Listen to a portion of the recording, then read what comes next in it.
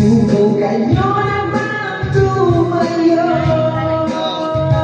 at baka matanaw at baka matanaw ninyo tunay na kalagayan ko. Ganito kasi yan eh.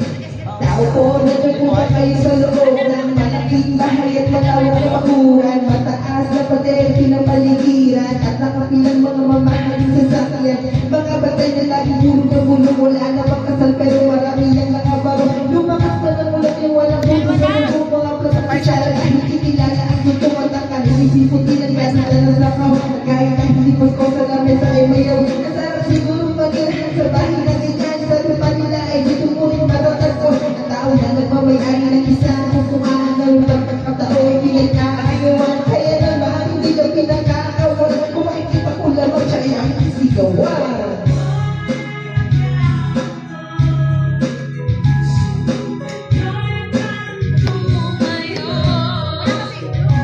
At baka matanaw at baka matanaw ninyo ang tunay na kalagayan ko.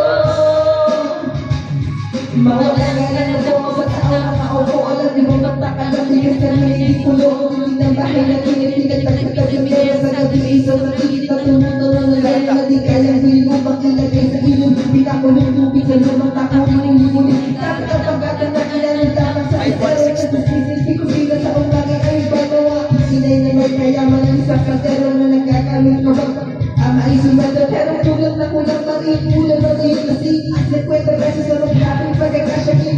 Dito wala ko talagang maraming harang o mataas lang ang tama kung nagpukulang-kulang. Alamak ko kayo ay sa dami na pera ikaw lang na to na makapagpapali mo na mata nyo kaya huwag kang masyadong halata.